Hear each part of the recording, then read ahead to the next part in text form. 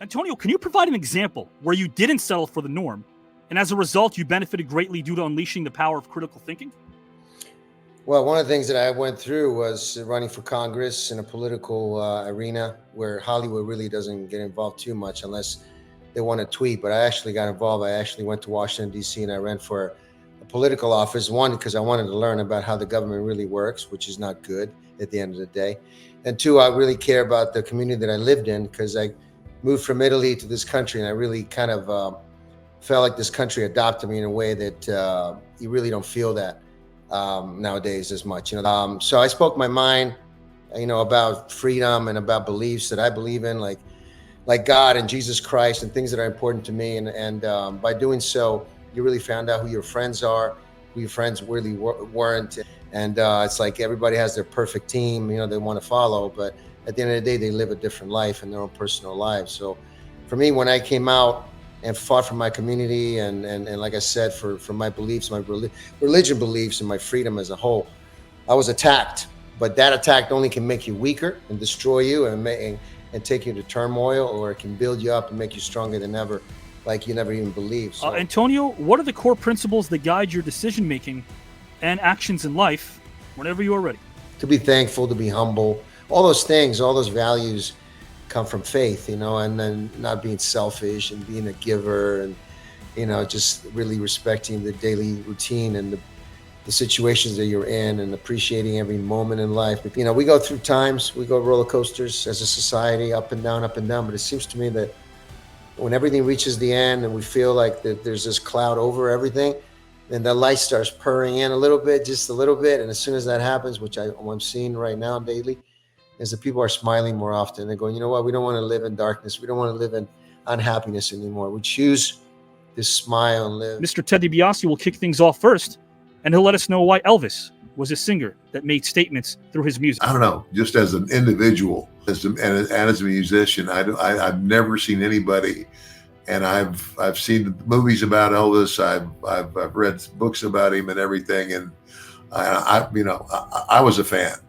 But one of the reasons I was such a big fan was it became evident to me that, and largely due to the influence of his mother, that his faith in God was sincere and very real. And that, in my opinion, puts him over the top.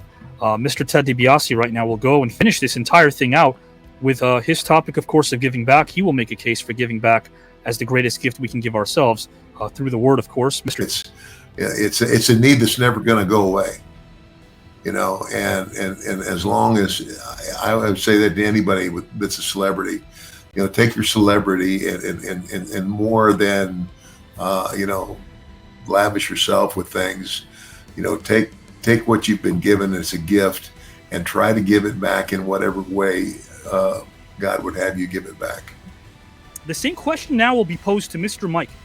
If you could explain which former colleague of yours that you shared either a locker room with would make the ideal co-star, along with yourself, in a buddy road trip comedy, you could explain why you selected the person that you have, along with the title of the film that you would co-star in.